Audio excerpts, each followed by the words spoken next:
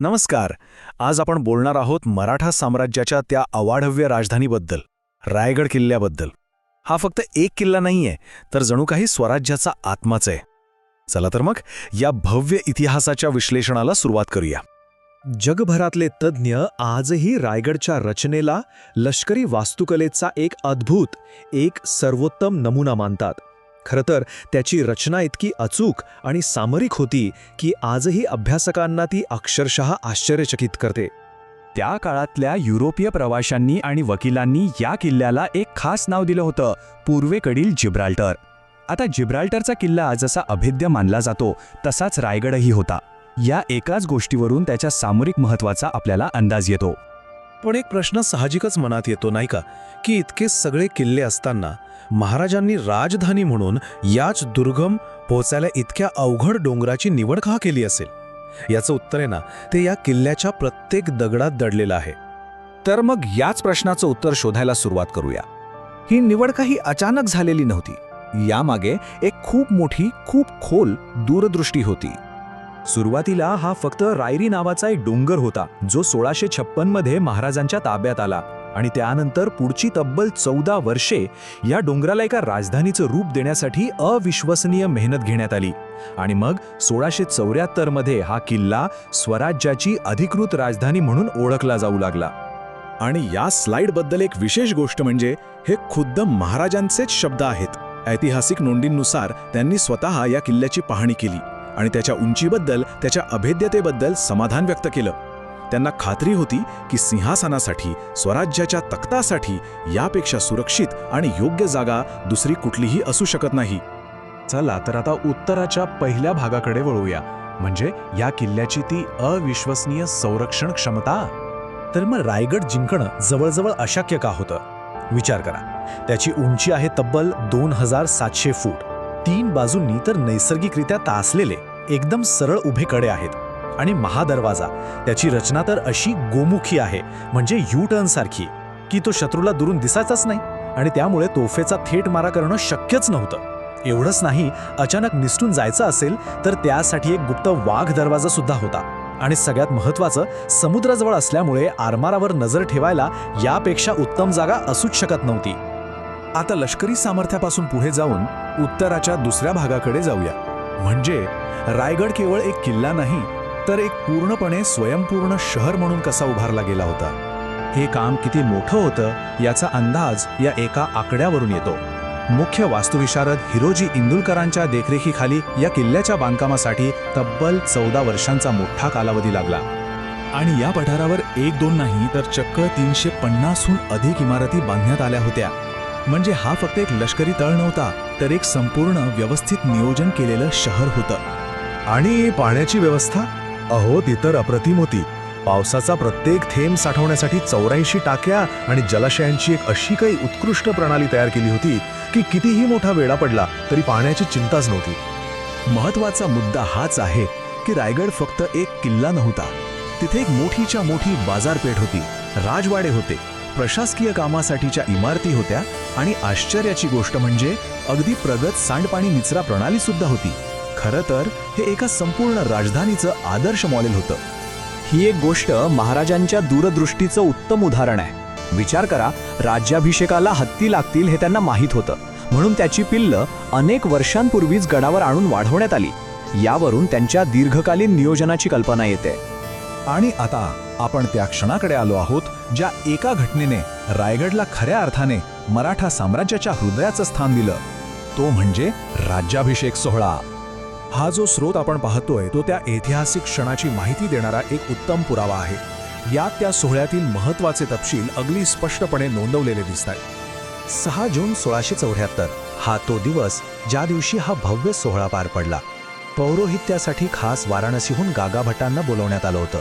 7 पवित्र नद्यांचं पाणी आणलं गेलं होतं आणि उपस्थितीत जवळपास 50,000 लोक, ज्यात ब्रिटिश दूत हेनरी ऑक्सिंडेन यांचाही समावेश होता. या सोहळ्याचा मुख्य उद्देश एकच होता, स्वराज्य हे एक सार्वभौम राज्य म्हणून जगासमोर स्थापित करणं. चला आता पुढे जाऊन पाहूया की या किल्ल्याचा गौरवशाली भूतकाळ त्याच्या वर्तमानाशी कसा जोडलेला आहे आणि त्याचं महत्त्व आजही तितकंच कसं टिकून आहे. आज आपल्याला गडावर जायचे 2 मार्ग मिळतात. एक आहे 1737 पायऱ्यांची ती ऐतिहासिक वाट, जी आपल्याला त्या काळाची, त्या कष्टांची आठवण करून देते. आणि दुसरा आहे आधुनिक रोपवे, जो फक्त 4 मिनिटात आपल्याला वर पोचवतो. हे जणू काही या किल्ल्याच्या ऐतिहासिक वारशाचं आणि आधुनिक सुलभतेचे एक सुंदर मिश्रणच आहे.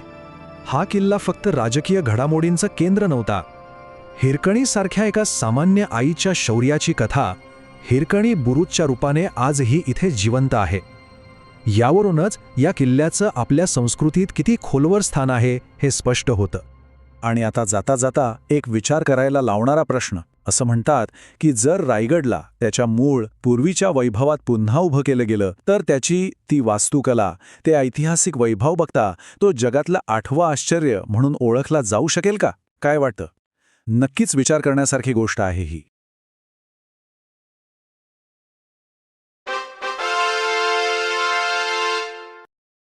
नमस्कार. आज आपण बोलणार आहोत मराठा साम्राज्याच्या त्या अवाढव्य राजधानीबद्दल, रायगड किल्ल्याबद्दल. हा फक्त एक किल्ला नाहीये, तर जणू काही स्वराज्याचा आत्माच आहे. चला तर मग या भव्य इतिहासाच्या विश्लेषणाला सुरुवात करूया. जगभरातले तज्ज्ञ आजही रायगडच्या रचनेला लष्करी वास्तुकलेचा एक अद्भुत, एक सर्वोत्तम नमुना मानतात. खरं तर त्याची रचना इतकी अचूक आणि सामरिक होती की आजही अभ्यासकांना ती अक्षरशः आश्चर्यचकित करते. त्या काळातल्या युरोपीय प्रवाशांनी आणि वकिलांनी या किल्ल्याला एक खास नाव दिलं होतं, पूर्वेकडील जिब्राल्टर. आता जिब्राल्टरचा किल्ला जसा अभेद्य मानला जातो तसाच रायगडही होता. या एकाच गोष्टीवरून त्याच्या सामरिक महत्त्वाचा आपल्याला अंदाज येतो. पण एक प्रश्न साहजिकच मनात येतो नाही का, की इतके सगळे किल्ले असताना महाराजांनी राजधानी म्हणून याच दुर्गम पोचायला इतक्या अवघड डोंगराची निवड का केली असेल? याचं उत्तर आहे ना, ते या किल्ल्याच्या प्रत्येक दगडात दडलेलं आहे. तर मग याच प्रश्नाचं उत्तर शोधायला सुरुवात करूया. ही निवड काही अचानक झालेली नव्हती. यामागे एक खूप मोठी, खूप खोल दूरदृष्टी होती. सुरुवातीला हा फक्त रायरी नावाचा एक डोंगर होता, जो 1656 मध्ये महाराजांच्या ताब्यात आला.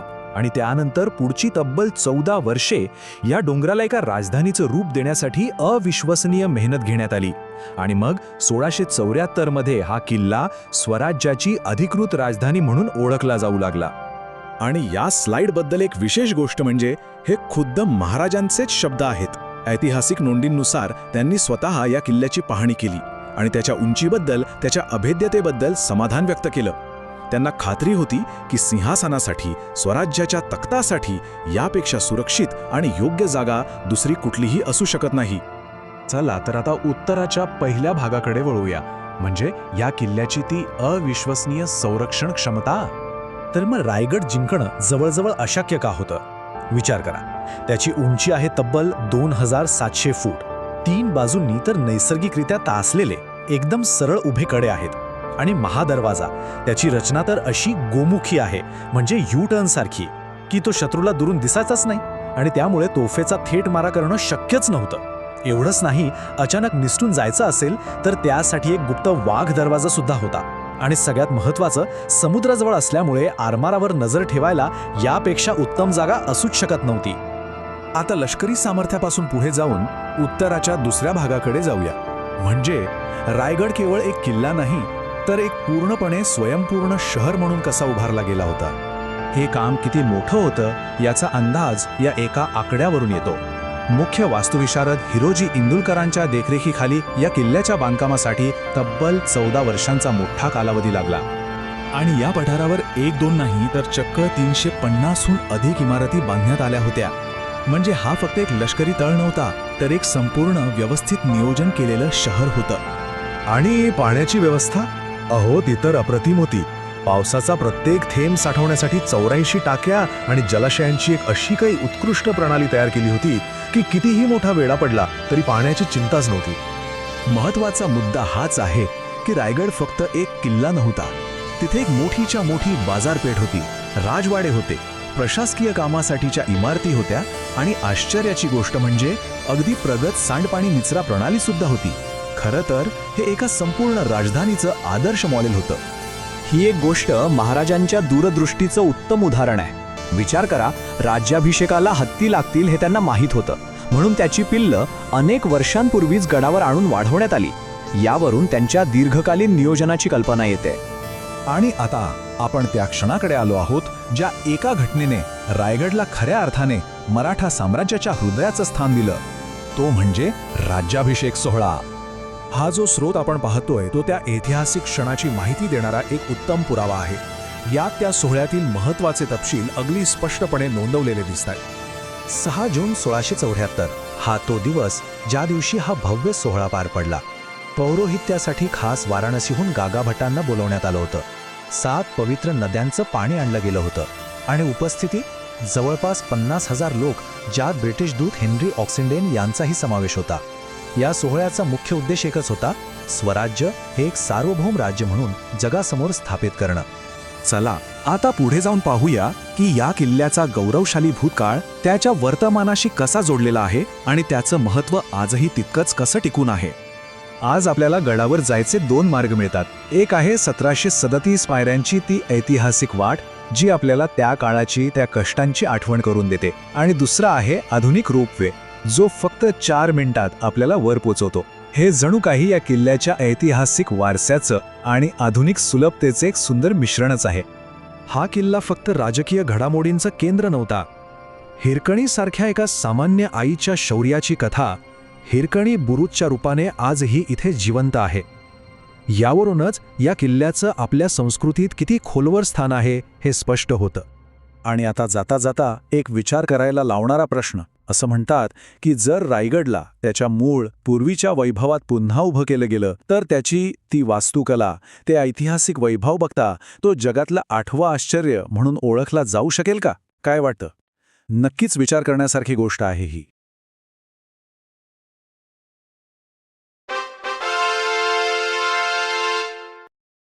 नमस्कार.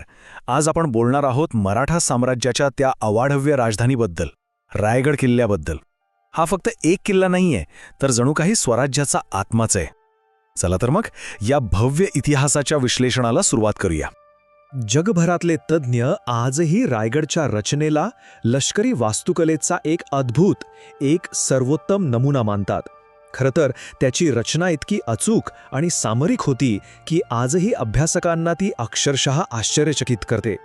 त्या काळातल्या युरोपीय प्रवाशांनी आणि वकिलांनी या किल्ल्याला एक खास नाव दिलं होतं: पूर्वेकडील जिब्राल्टर. आता जिब्राल्टरचा किल्ला जसा अभेद्य मानला जातो तसाच रायगडही होता. या एकाच गोष्टीवरून त्याच्या सामरिक महत्त्वाचा आपल्याला अंदाज येतो. पण एक प्रश्न साहजिकच मनात येतो, नाही का, की इतके सगळे किल्ले असताना महाराजांनी राजधानी म्हणून याच दुर्गम, पोचायला इतक्या अवघड डोंगराची निवड का केली असेल? याचं उत्तर आहे ना, ते या किल्ल्याच्या प्रत्येक दगडात दडलेलं आहे. तर मग याच प्रश्नाचं उत्तर शोधायला सुरुवात करूया. ही निवड काही अचानक झालेली नव्हती. यामागे एक खूप मोठी, खूप खोल दूरदृष्टी होती. सुरुवातीला हा फक्त रायरी नावाचा एक डोंगर होता, जो 1656 मध्ये महाराजांच्या ताब्यात आला, आणि त्यानंतर पुढची तब्बल 14 वर्षे या डोंगराला एका राजधानीचं रूप देण्यासाठी अविश्वसनीय मेहनत घेण्यात आली. आणि मग 1674 मध्ये हा किल्ला स्वराज्याची अधिकृत राजधानी म्हणून ओळखला जाऊ लागला. आणि या स्लाइडबद्दल एक विशेष गोष्ट म्हणजे हे खुद्द महाराजांचेच शब्द आहेत. ऐतिहासिक नोंदींनुसार त्यांनी स्वतः या किल्ल्याची पाहणी केली आणि त्याच्या उंचीबद्दल, त्याच्या अभेद्यतेबद्दल समाधान व्यक्त केलं. त्यांना खात्री होती की सिंहासनासाठी, स्वराज्याच्या तख्तासाठी यापेक्षा सुरक्षित आणि योग्य जागा दुसरी कुठलीही असू शकत नाही. चला तर आता उत्तराच्या पहिल्या भागाकडे वळूया, म्हणजे या किल्ल्याची ती अविश्वसनीय संरक्षण क्षमता. तर मग रायगड जिंकणं जवळजवळ अशक्य का होतं? विचार करा. त्याची उंची आहे तब्बल 2700 फूट. 3 बाजूंनी तर नैसर्गिकरित्या तासलेले एकदम सरळ उभे कडे आहेत. आणि महादरवाजा, त्याची रचना तर अशी गोमुखी आहे, म्हणजे यू टर्न सारखी, की तो शत्रूला दुरून दिसायचाच नाही, आणि त्यामुळे तोफेचा थेट मारा करणं शक्यच नव्हतं. एवढंच नाही, अचानक निसटून जायचं असेल तर त्यासाठी एक गुप्त वाघ दरवाजा सुद्धा होता. आणि सगळ्यात महत्त्वाचं, समुद्राजवळ असल्यामुळे आरमारावर नजर ठेवायला यापेक्षा उत्तम जागा असूच शकत नव्हती. आता लष्करी सामर्थ्यापासून पुढे जाऊन उत्तराच्या दुसऱ्या भागाकडे जाऊया. म्हणजे रायगड केवळ एक किल्ला नाही, तर एक पूर्णपणे स्वयंपूर्ण शहर म्हणून कसा उभारला गेला होता. हे काम किती मोठं होतं याचा अंदाज या एका आकड्यावरून येतो. मुख्य वास्तुविशारद हिरोजी इंदुलकरांच्या देखरेखीखाली या किल्ल्याच्या बांधकामासाठी तब्बल 14 वर्षांचा मोठा कालावधी लागला. आणि या पठारावर 1-2 नाही तर चक्क 350हून अधिक इमारती बांधण्यात आल्या होत्या. म्हणजे हा फक्त एक लष्करी तळ नव्हता, तर एक संपूर्ण व्यवस्थित नियोजन केलेलं शहर होतं. आणि पाण्याची व्यवस्था अहो ती तर अप्रतिम होती. पावसाचा प्रत्येक थेंब साठवण्यासाठी 84 टाक्या आणि जलाशयांची एक अशी काही उत्कृष्ट प्रणाली तयार केली होती की कितीही मोठा वेढा पडला तरी पाण्याची चिंताच नव्हती. महत्वाचा मुद्दा हाच आहे की रायगड फक्त एक किल्ला नव्हता. तिथे एक मोठीच्या मोठी बाजारपेठ होती, राजवाडे होते, प्रशासकीय कामासाठीच्या इमारती होत्या आणि आश्चर्याची गोष्ट म्हणजे अगदी प्रगत सांडपाणी निचरा प्रणाली सुद्धा होती. खरं तर हे एका संपूर्ण राजधानीचं आदर्श मॉडेल होतं. ही एक गोष्ट महाराजांच्या दूरदृष्टीचं उत्तम उदाहरण आहे. विचार करा, राज्याभिषेकाला हत्ती लागतील हे त्यांना माहीत होतं, म्हणून त्याची पिल्लं अनेक वर्षांपूर्वीच गडावर आणून वाढवण्यात आली. यावरून त्यांच्या दीर्घकालीन नियोजनाची कल्पना येते. आणि आता आपण त्या क्षणाकडे आलो आहोत ज्या एका घटनेने रायगडला खऱ्या अर्थाने मराठा साम्राज्याच्या हृदयाचं स्थान दिलं. तो म्हणजे राज्याभिषेक सोहळा. हा जो स्रोत आपण पाहतोय तो त्या ऐतिहासिक क्षणाची माहिती देणारा एक उत्तम पुरावा आहे. यात त्या सोहळ्यातील महत्त्वाचे तपशील अगदी स्पष्टपणे नोंदवलेले दिसतात. 6 जून 1674 हा तो दिवस ज्या दिवशी हा भव्य सोहळा पार पडला. पौरोहित्यासाठी खास वाराणसीहून गागाभट्टांना बोलवण्यात आलं होतं. 7 पवित्र नद्यांचं पाणी आणलं गेलं होतं आणि उपस्थितीत जवळपास 50,000 लोक, ज्यात ब्रिटिश दूत हेनरी ऑक्सिंडेन यांचाही समावेश होता. या सोहळ्याचा मुख्य उद्देश एकच होता, स्वराज्य हे एक सार्वभौम राज्य म्हणून जगासमोर स्थापित करणं. चला आता पुढे जाऊन पाहूया की या किल्ल्याचा गौरवशाली भूतकाळ त्याच्या वर्तमानाशी कसा जोडलेला आहे आणि त्याचं महत्त्व आजही तितकंच कसं टिकून आहे. आज आपल्याला गडावर जायचे 2 मार्ग मिळतात. एक आहे 1737 पायऱ्यांची ती ऐतिहासिक वाट जी आपल्याला त्या काळाची, त्या कष्टांची आठवण करून देते, आणि दुसरा आहे आधुनिक रोपवे जो फक्त 4 मिनिटात आपल्याला वर पोचवतो. हे जणू काही या किल्ल्याच्या ऐतिहासिक वारशाचं आणि आधुनिक सुलभतेचे एक सुंदर मिश्रणच आहे.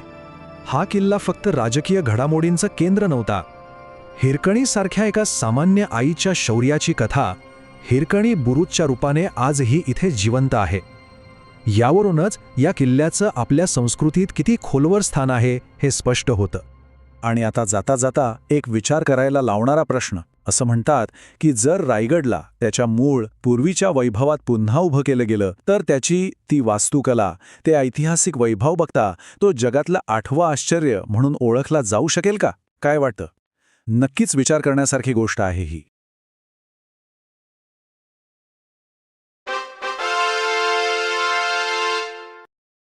नमस्कार. आज आपण बोलणार आहोत मराठा साम्राज्याच्या त्या अवाढव्य राजधानीबद्दल, रायगड किल्ल्याबद्दल. हा फक्त एक किल्ला नाहीये, तर जणू काही स्वराज्याचा आत्माच आहे. चला तर मग या भव्य इतिहासाच्या विश्लेषणाला सुरुवात करूया. जगभरातले तज्ज्ञ आजही रायगडच्या रचनेला लष्करी वास्तुकलेचा एक अद्भुत, एक सर्वोत्तम नमुना मानतात. खरं तर त्याची रचना इतकी अचूक आणि सामरिक होती की आजही अभ्यासकांना ती अक्षरशः आश्चर्यचकित करते. त्या काळातल्या युरोपीय प्रवाशांनी आणि वकिलांनी या किल्ल्याला एक खास नाव दिलं होतं, पूर्वेकडील जिब्राल्टर. आता जिब्राल्टरचा किल्ला जसा अभेद्य मानला जातो तसाच रायगडही होता. या एकाच गोष्टीवरून त्याच्या सामरिक महत्त्वाचा आपल्याला अंदाज येतो. पण एक प्रश्न साहजिकच मनात येतो नाही का, की इतके सगळे किल्ले असताना महाराजांनी राजधानी म्हणून याच दुर्गम पोचायला इतक्या अवघड डोंगराची निवड का केली असेल? याचं उत्तर आहे ना, ते या किल्ल्याच्या प्रत्येक दगडात दडलेलं आहे. तर मग याच प्रश्नाचं उत्तर शोधायला सुरुवात करूया. ही निवड काही अचानक झालेली नव्हती. यामागे एक खूप मोठी, खूप खोल दूरदृष्टी होती. सुरुवातीला हा फक्त रायरी नावाचा एक डोंगर होता जो 1656 मध्ये महाराजांच्या ताब्यात आला, आणि त्यानंतर पुढची तब्बल 14 वर्षे या डोंगराला एका राजधानीचं रूप देण्यासाठी अविश्वसनीय मेहनत घेण्यात आली. आणि मग 1674 मध्ये हा किल्ला स्वराज्याची अधिकृत राजधानी म्हणून ओळखला जाऊ लागला. आणि या स्लाइडबद्दल एक विशेष गोष्ट म्हणजे हे खुद्द महाराजांचेच शब्द आहेत. ऐतिहासिक नोंदींनुसार त्यांनी स्वतः या किल्ल्याची पाहणी केली आणि त्याच्या उंचीबद्दल, त्याच्या अभेद्यतेबद्दल समाधान व्यक्त केलं. त्यांना खात्री होती की सिंहासनासाठी, स्वराज्याच्या तख्तासाठी यापेक्षा सुरक्षित आणि योग्य जागा दुसरी कुठलीही असू शकत नाही. चला तर आता उत्तराच्या पहिल्या भागाकडे वळूया, म्हणजे या किल्ल्याची ती अविश्वसनीय संरक्षण क्षमता. तर मग रायगड जिंकणं जवळजवळ अशक्य का होतं? विचार करा, त्याची उंची आहे तब्बल 2700 फूट. 3 बाजूंनी तर नैसर्गिकरित्या तासलेले एकदम सरळ उभे कडे आहेत. आणि महादरवाजा, त्याची रचना तर अशी गोमुखी आहे, म्हणजे यू टर्न सारखी, की तो शत्रूला दुरून दिसायचाच नाही. आणि त्यामुळे तोफेचा थेट मारा करणं शक्यच नव्हतं. एवढंच नाही, अचानक निसटून जायचं असेल तर त्यासाठी एक गुप्त वाघ दरवाजा सुद्धा होता. आणि सगळ्यात महत्त्वाचं, समुद्राजवळ असल्यामुळे आरमारावर नजर ठेवायला यापेक्षा उत्तम जागा असूच शकत नव्हती. आता लष्करी सामर्थ्यापासून पुढे जाऊन उत्तराच्या दुसऱ्या भागाकडे जाऊया, म्हणजे रायगड केवळ एक किल्ला नाही, तर एक पूर्णपणे स्वयंपूर्ण शहर म्हणून कसा उभारला गेला होता. हे काम किती मोठं होतं याचा अंदाज या एका आकड्यावरून येतो. मुख्य वास्तुविशारद हिरोजी इंदुलकरांच्या देखरेखीखाली या किल्ल्याच्या बांधकामासाठी तब्बल 14 वर्षांचा मोठा कालावधी लागला. आणि या पठारावर 1-2 नाही तर चक्क 350हून अधिक इमारती बांधण्यात आल्या होत्या. म्हणजे हा फक्त एक लष्करी तळ नव्हता, तर एक संपूर्ण व्यवस्थित नियोजन केलेलं शहर होतं. आणि पाण्याची व्यवस्था, अहो ती तर अप्रतिम होती. पावसाचा प्रत्येक थेंब साठवण्यासाठी 84 टाक्या आणि जलाशयांची एक अशी काही उत्कृष्ट प्रणाली तयार केली होती की कितीही मोठा वेढा पडला तरी पाण्याची चिंताच नव्हती. महत्वाचा मुद्दा हाच आहे की रायगड फक्त एक किल्ला नव्हता. तिथे एक मोठीच्या मोठी बाजारपेठ होती, राजवाडे होते, प्रशासकीय कामासाठीच्या इमारती होत्या आणि आश्चर्याची गोष्ट म्हणजे अगदी प्रगत सांडपाणी निचरा प्रणाली सुद्धा होती. खरं तर हे एका संपूर्ण राजधानीचं आदर्श मॉडेल होतं. ही एक गोष्ट महाराजांच्या दूरदृष्टीचं उत्तम उदाहरण आहे. विचार करा, राज्याभिषेकाला हत्ती लागतील हे त्यांना माहीत होतं, म्हणून त्याची पिल्लं अनेक वर्षांपूर्वीच गडावर आणून वाढवण्यात आली. यावरून त्यांच्या दीर्घकालीन नियोजनाची कल्पना येते. आणि आता आपण त्या क्षणाकडे आलो आहोत ज्या एका घटनेने रायगडला खऱ्या अर्थाने मराठा साम्राज्याच्या हृदयाचं स्थान दिलं. तो म्हणजे राज्याभिषेक सोहळा. हा जो स्रोत आपण पाहतोय तो त्या ऐतिहासिक क्षणाची माहिती देणारा एक उत्तम पुरावा आहे. यात त्या सोहळ्यातील महत्त्वाचे तपशील अगदी स्पष्टपणे नोंदवलेले दिसतात. 6 जून 1674 हा तो दिवस ज्या दिवशी हा भव्य सोहळा पार पडला. पौरोहित्यासाठी खास वाराणसीहून गागाभट्टांना बोलवण्यात आलं होतं. 7 पवित्र नद्यांचं पाणी आणलं गेलं होतं आणि उपस्थितीत जवळपास 50,000 लोक, ज्यात ब्रिटिश दूत हेनरी ऑक्सिंडेन यांचाही समावेश होता. या सोहळ्याचा मुख्य उद्देश एकच होता, स्वराज्य हे एक सार्वभौम राज्य म्हणून जगासमोर स्थापित करणं. चला आता पुढे जाऊन पाहूया की या किल्ल्याचा गौरवशाली भूतकाळ त्याच्या वर्तमानाशी कसा जोडलेला आहे आणि त्याचं महत्त्व आजही तितकंच कसं टिकून आहे. आज आपल्याला गडावर जायचे 2 मार्ग मिळतात. एक आहे 1737 पायऱ्यांची ती ऐतिहासिक वाट, जी आपल्याला त्या काळाची, त्या कष्टांची आठवण करून देते. आणि दुसरा आहे आधुनिक रोपवे, जो फक्त 4 मिनिटात आपल्याला वर पोचवतो. हे जणू काही या किल्ल्याच्या ऐतिहासिक वारशाचं आणि आधुनिक सुलभतेचे एक सुंदर मिश्रणच आहे. हा किल्ला फक्त राजकीय घडामोडींचं केंद्र नव्हता. हिरकणीसारख्या एका सामान्य आईच्या शौर्याची कथा हिरकणी बुरुजच्या रूपाने आजही इथे जिवंत आहे. यावरूनच या किल्ल्याचं आपल्या संस्कृतीत किती खोलवर स्थान आहे हे स्पष्ट होतं. आणि आता जाता जाता एक विचार करायला लावणारा प्रश्न. असं म्हणतात की जर रायगडला त्याच्या मूळ पूर्वीच्या वैभवात पुन्हा उभं केलं गेलं तर त्याची ती वास्तुकला, ते ऐतिहासिक वैभव बघता तो जगातलं 8वं आश्चर्य म्हणून ओळखला जाऊ शकेल का? काय वाटतं? नक्कीच विचार करण्यासारखी गोष्ट आहे ही.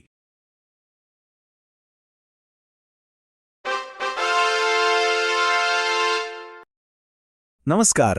आज आपण बोलणार आहोत मराठा साम्राज्याच्या त्या अवाढव्य राजधानीबद्दल, रायगड किल्ल्याबद्दल. हा फक्त एक किल्ला नाहीये, तर जणू काही स्वराज्याचा आत्माच आहे. चला तर मग या भव्य इतिहासाच्या विश्लेषणाला सुरुवात करूया. जगभरातले तज्ज्ञ आजही रायगडच्या रचनेला लष्करी वास्तुकलेचा एक अद्भुत, एक सर्वोत्तम नमुना मानतात. खरं तर त्याची रचना इतकी अचूक आणि सामरिक होती की आजही अभ्यासकांना ती अक्षरशः आश्चर्यचकित करते. त्या काळातल्या युरोपीय प्रवाशांनी आणि वकिलांनी या किल्ल्याला एक खास नाव दिलं होतं, पूर्वेकडील जिब्राल्टर. आता जिब्राल्टरचा किल्ला जसा अभेद्य मानला जातो तसाच रायगडही होता.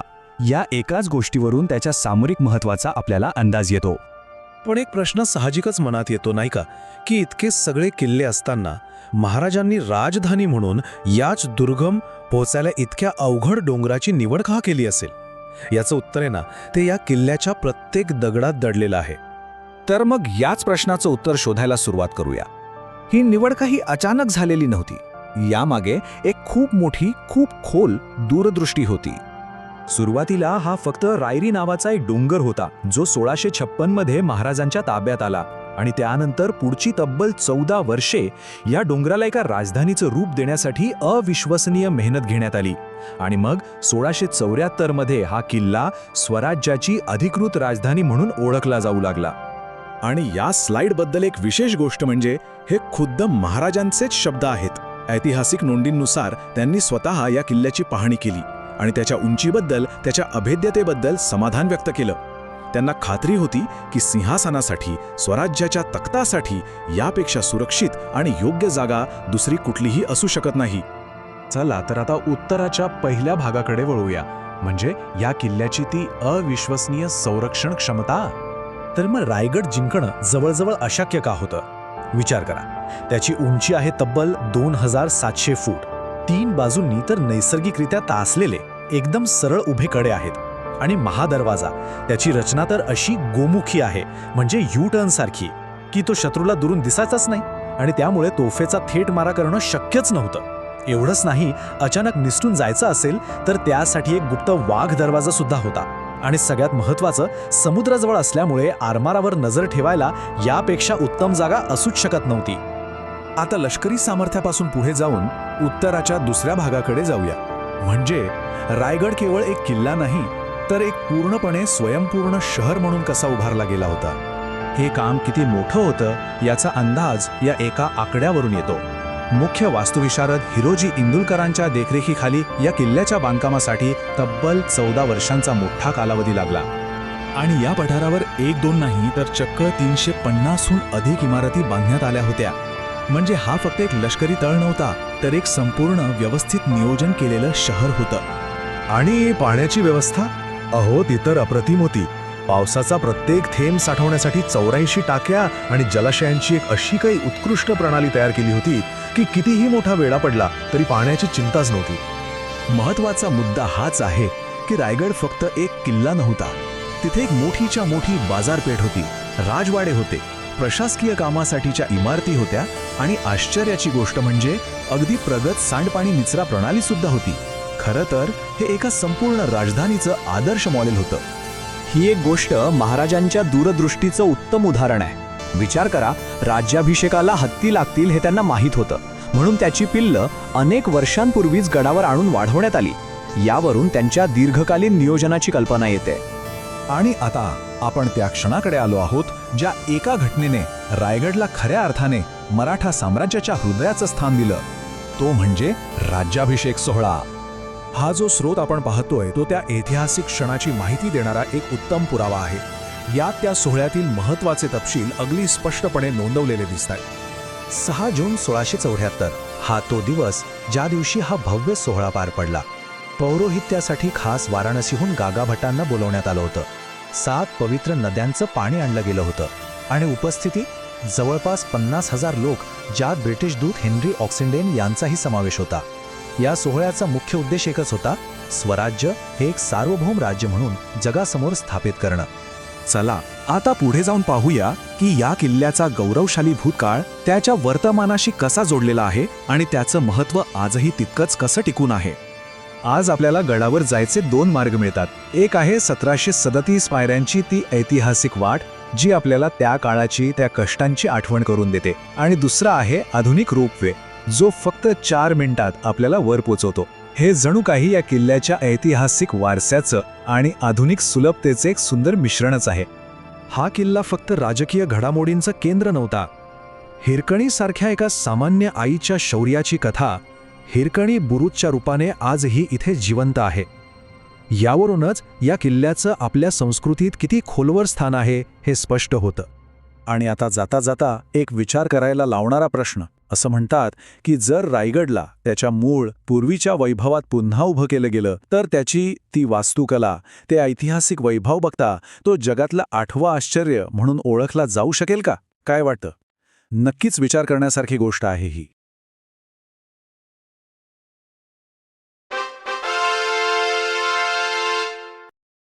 नमस्कार. आज आपण बोलणार आहोत मराठा साम्राज्याच्या त्या अवाढव्य राजधानीबद्दल, रायगड किल्ल्याबद्दल. हा फक्त एक किल्ला नाहीये, तर जणू काही स्वराज्याचा आत्माच आहे. चला तर मग या भव्य इतिहासाच्या विश्लेषणाला सुरुवात करूया. जगभरातले तज्ज्ञ आजही रायगडच्या रचनेला लष्करी वास्तुकलेचा एक अद्भुत, एक सर्वोत्तम नमुना मानतात. खरं तर त्याची रचना इतकी अचूक आणि सामरिक होती की आजही अभ्यासकांना ती अक्षरशः आश्चर्यचकित करते. त्या काळातल्या युरोपीय प्रवाशांनी आणि वकिलांनी या किल्ल्याला एक खास नाव दिलं होतं, पूर्वेकडील जिब्राल्टर. आता जिब्राल्टरचा किल्ला जसा अभेद्य मानला जातो तसाच रायगडही होता.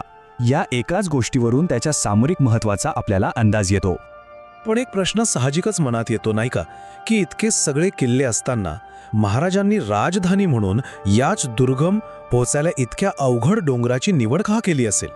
याचं उत्तर आहे ना, ते या किल्ल्याच्या प्रत्येक दगडात दडलेलं आहे. तर मग याच प्रश्नाचं उत्तर शोधायला सुरुवात करूया. ही निवड काही अचानक झालेली नव्हती. यामागे एक खूप मोठी, खूप खोल दूरदृष्टी होती. सुरुवातीला हा फक्त रायरी नावाचा एक डोंगर होता, जो 1656 मध्ये महाराजांच्या ताब्यात आला. आणि त्यानंतर पुढची तब्बल 14 वर्षे या डोंगराला एका राजधानीचं रूप देण्यासाठी अविश्वसनीय मेहनत घेण्यात आली. आणि मग 1674 मध्ये हा किल्ला स्वराज्याची अधिकृत राजधानी म्हणून ओळखला जाऊ लागला.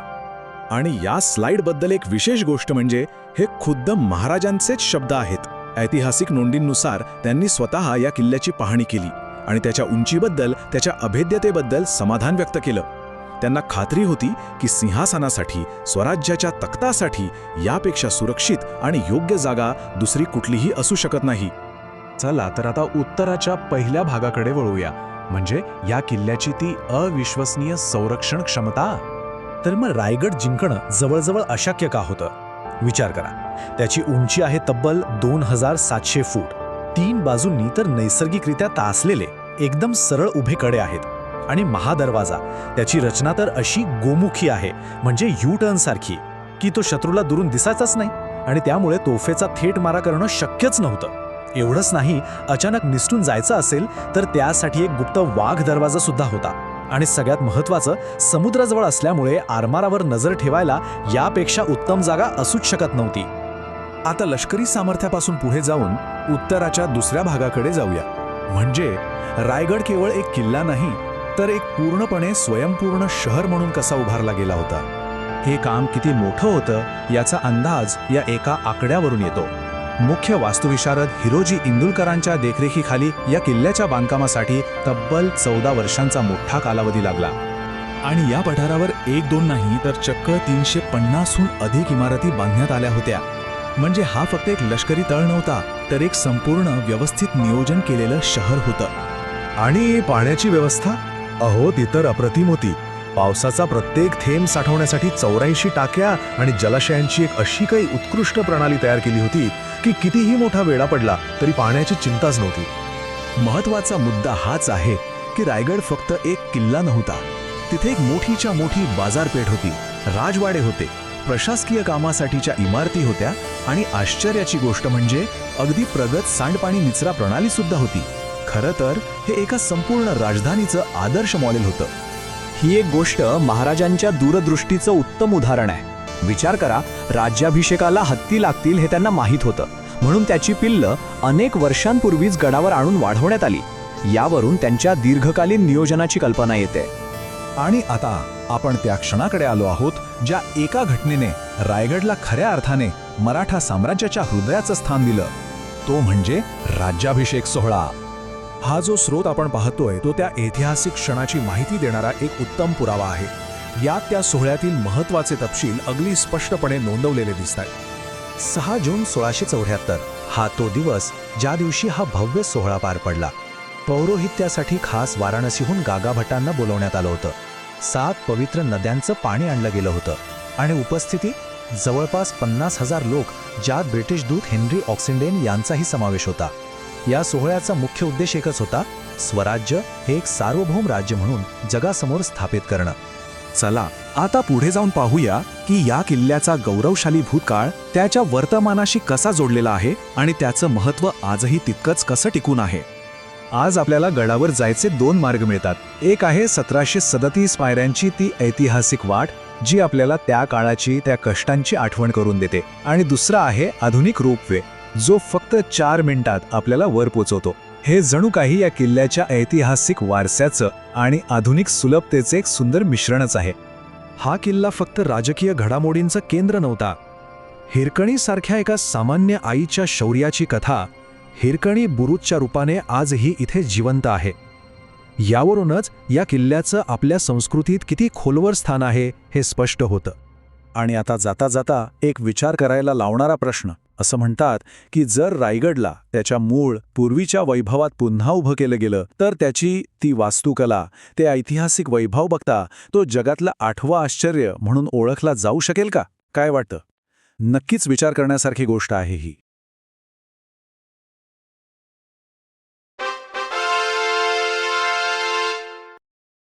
नमस्कार. आज आपण बोलणार आहोत मराठा साम्राज्याच्या त्या अवाढव्य राजधानीबद्दल, रायगड किल्ल्याबद्दल. हा फक्त एक किल्ला नाहीये, तर जणू काही स्वराज्याचा आत्माच आहे. चला तर मग या भव्य इतिहासाच्या विश्लेषणाला सुरुवात करूया. जगभरातले तज्ज्ञ आजही रायगडच्या रचनेला लष्करी वास्तुकलेचा एक अद्भुत, एक सर्वोत्तम नमुना मानतात. खरं तर त्याची रचना इतकी अचूक आणि सामरिक होती की आजही अभ्यासकांना ती अक्षरशः आश्चर्यचकित करते. त्या काळातल्या युरोपीय प्रवाशांनी आणि वकिलांनी या किल्ल्याला एक खास नाव दिलं होतं: पूर्वेकडील जिब्राल्टर. आता जिब्राल्टरचा किल्ला जसा अभेद्य मानला जातो तसाच रायगडही होता. या एकाच गोष्टीवरून त्याच्या सामरिक महत्त्वाचा आपल्याला अंदाज येतो. पण एक प्रश्न साहजिकच मनात येतो नाही का, की इतके सगळे किल्ले असताना महाराजांनी राजधानी म्हणून याच दुर्गम, पोचायला इतक्या अवघड डोंगराची निवड का केली असेल? याचं उत्तर आहे ना, ते या किल्ल्याच्या प्रत्येक दगडात दडलेलं आहे. तर मग याच प्रश्नाचं उत्तर शोधायला सुरुवात करूया. ही निवड काही अचानक झालेली नव्हती. यामागे एक खूप मोठी, खूप खोल दूरदृष्टी होती. सुरुवातीला हा फक्त रायरी नावाचा एक डोंगर होता, जो 1656 मध्ये महाराजांच्या ताब्यात आला, आणि त्यानंतर पुढची तब्बल 14 वर्षे या डोंगराला एका राजधानीचं रूप देण्यासाठी अविश्वसनीय मेहनत घेण्यात आली. आणि मग 1674 मध्ये हा किल्ला स्वराज्याची अधिकृत राजधानी म्हणून ओळखला जाऊ लागला. आणि या स्लाइडबद्दल एक विशेष गोष्ट म्हणजे हे खुद्द महाराजांचेच शब्द आहेत. ऐतिहासिक नोंदींनुसार त्यांनी स्वतः या किल्ल्याची पाहणी केली आणि त्याच्या उंचीबद्दल, त्याच्या अभेद्यतेबद्दल समाधान व्यक्त केलं. त्यांना खात्री होती की सिंहासनासाठी, स्वराज्याच्या तख्तासाठी यापेक्षा सुरक्षित आणि योग्य जागा दुसरी कुठलीही असू शकत नाही.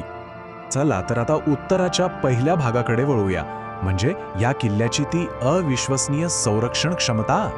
तर मग रायगड जिंकणं जवळजवळ अशक्य का होतं? विचार करा. त्याची उंची आहे तब्बल 2700 फूट. 3 बाजूंनी तर नैसर्गिकरित्या तासलेले एकदम सरळ उभे कडे आहेत. आणि महादरवाजा, त्याची रचना तर अशी गोमुखी आहे, म्हणजे यू टर्न सारखी, की तो शत्रूला दुरून दिसायचाच नाही, आणि त्यामुळे तोफेचा थेट मारा करणं शक्यच नव्हतं. एवढंच नाही, अचानक निसटून जायचं असेल तर त्यासाठी एक गुप्त वाघ दरवाजा सुद्धा होता. आणि सगळ्यात महत्त्वाचं, समुद्राजवळ असल्यामुळे आरमारावर नजर ठेवायला यापेक्षा उत्तम जागा असूच शकत नव्हती. आता लष्करी सामर्थ्यापासून पुढे जाऊन उत्तराच्या दुसऱ्या भागाकडे जाऊया. म्हणजे रायगड केवळ एक किल्ला नाही, तर एक पूर्णपणे स्वयंपूर्ण शहर म्हणून कसा उभारला गेला होता. हे काम किती मोठं होतं याचा अंदाज या एका आकड्यावरून येतो. मुख्य वास्तुविशारद हिरोजी इंदुलकरांच्या देखरेखीखाली या किल्ल्याच्या बांधकामासाठी तब्बल 14 वर्षांचा मोठा कालावधी लागला. आणि या पठारावर 1-2 नाही तर चक्क 350हून अधिक इमारती बांधण्यात आल्या होत्या. म्हणजे हा फक्त एक लष्करी तळ नव्हता, तर एक संपूर्ण व्यवस्थित नियोजन केलेलं शहर होतं. आणि पाण्याची व्यवस्था, अहो ती तर अप्रतिम होती. पावसाचा प्रत्येक थेंब साठवण्यासाठी 84 टाक्या आणि जलाशयांची एक अशी काही उत्कृष्ट प्रणाली तयार केली होती की कितीही मोठा वेढा पडला तरी पाण्याची चिंताच नव्हती. महत्त्वाचा मुद्दा हाच आहे की रायगड फक्त एक किल्ला नव्हता. तिथे एक मोठीच्या मोठी बाजारपेठ होती, राजवाडे होते, प्रशासकीय कामासाठीच्या इमारती होत्या आणि आश्चर्याची गोष्ट म्हणजे अगदी प्रगत सांडपाणी निचरा प्रणाली सुद्धा होती. खरं तर हे एका संपूर्ण राजधानीचं आदर्श मॉडेल होतं. ही एक गोष्ट महाराजांच्या दूरदृष्टीचं उत्तम उदाहरण आहे. विचार करा, राज्याभिषेकाला हत्ती लागतील हे त्यांना माहीत होतं, म्हणून त्याची पिल्लं अनेक वर्षांपूर्वीच गडावर आणून वाढवण्यात आली. यावरून त्यांच्या दीर्घकालीन नियोजनाची कल्पना येते. आणि आता आपण त्या क्षणाकडे आलो आहोत ज्या एका घटनेने रायगडला खऱ्या अर्थाने मराठा साम्राज्याच्या हृदयाचं स्थान दिलं. तो म्हणजे राज्याभिषेक सोहळा. हा जो स्रोत आपण पाहतोय तो त्या ऐतिहासिक क्षणाची माहिती देणारा एक उत्तम पुरावा आहे. यात त्या सोहळ्यातील महत्त्वाचे तपशील अगदी स्पष्टपणे नोंदवलेले दिसतात. 6 जून 1674 हा तो दिवस ज्या दिवशी हा भव्य सोहळा पार पडला. पौरोहित्यासाठी खास वाराणसीहून गागाभट्टांना बोलवण्यात आलं होतं. 7 पवित्र नद्यांचं पाणी आणलं गेलं होतं आणि उपस्थितीत जवळपास 50,000 लोक, ज्यात ब्रिटिश दूत हेनरी ऑक्सिंडेन यांचाही समावेश होता. या सोहळ्याचा मुख्य उद्देश एकच होता: स्वराज्य हे एक सार्वभौम राज्य म्हणून जगासमोर स्थापित करणं. चला आता पुढे जाऊन पाहूया की या किल्ल्याचा गौरवशाली भूतकाळ त्याच्या वर्तमानाशी कसा जोडलेला आहे आणि त्याचं महत्त्व आजही तितकंच कसं टिकून आहे.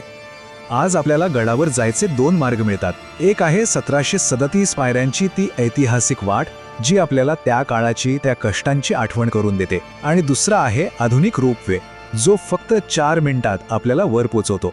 हे जणू काही या किल्ल्याच्या ऐतिहासिक वारशाचं आणि आधुनिक सुलभतेचे एक सुंदर मिश्रणच आहे. हा किल्ला फक्त राजकीय घडामोडींचं केंद्र नव्हता. हिरकणीसारख्या एका सामान्य आईच्या शौर्याची कथा हिरकणी बुरुजच्या रूपाने आजही इथे जिवंत आहे. यावरूनच या किल्ल्याचं आपल्या संस्कृतीत किती खोलवर स्थान आहे हे स्पष्ट होतं. आणि आता जाता जाता एक विचार करायला लावणारा प्रश्न. असं म्हणतात की जर रायगडला त्याच्या मूळ पूर्वीच्या वैभवात पुन्हा उभं केलं गेलं तर त्याची ती वास्तुकला, ते ऐतिहासिक वैभव बघता तो जगातलं 8वं आश्चर्य म्हणून ओळखला जाऊ शकेल का? काय वाटतं? नक्कीच विचार करण्यासारखी गोष्ट आहे ही.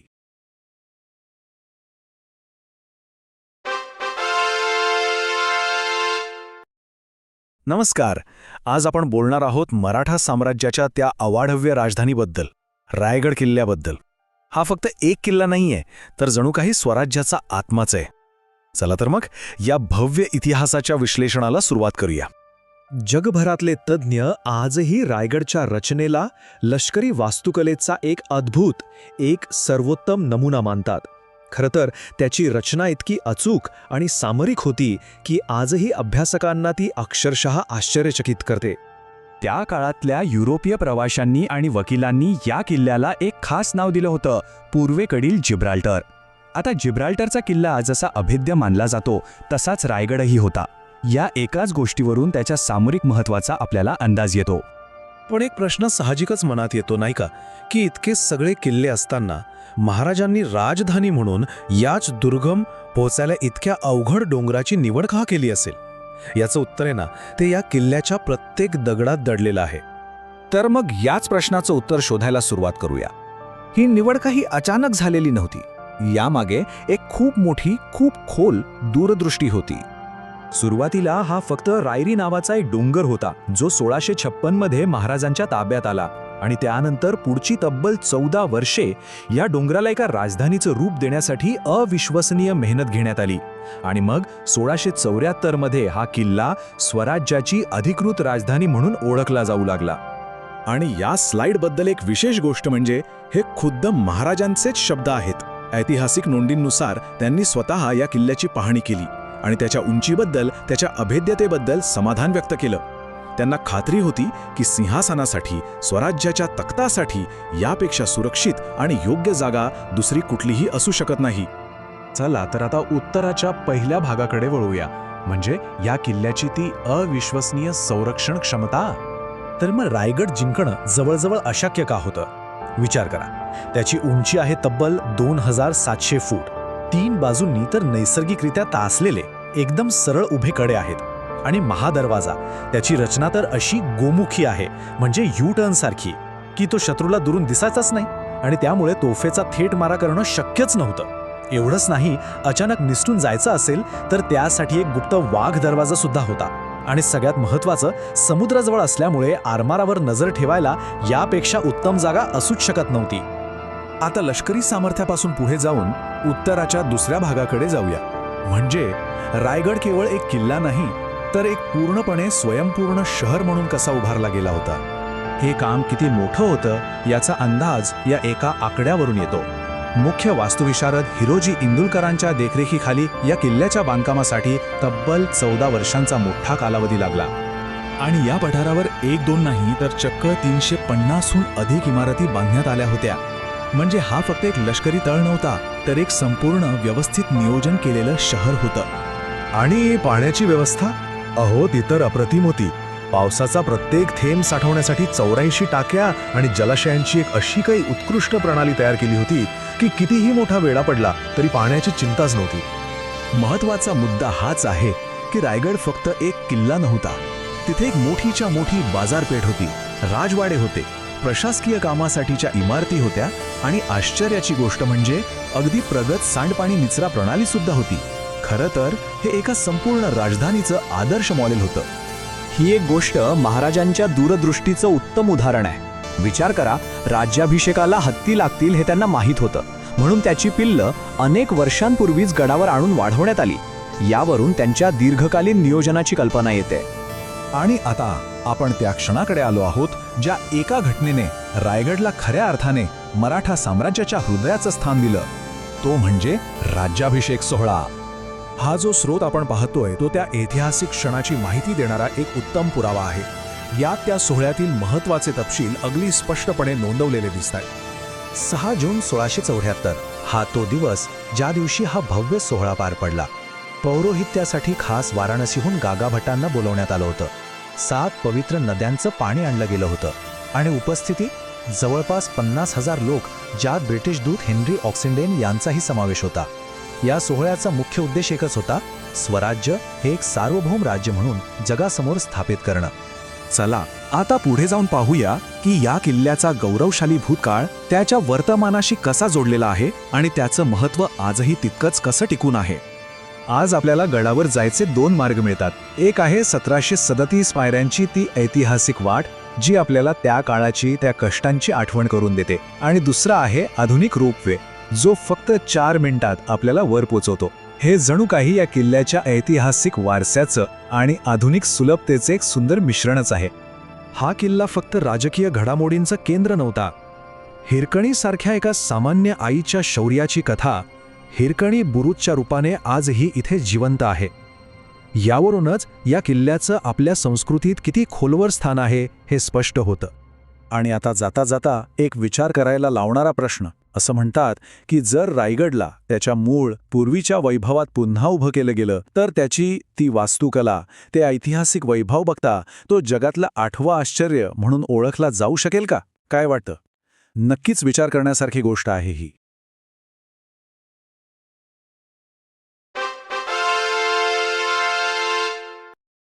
नमस्कार.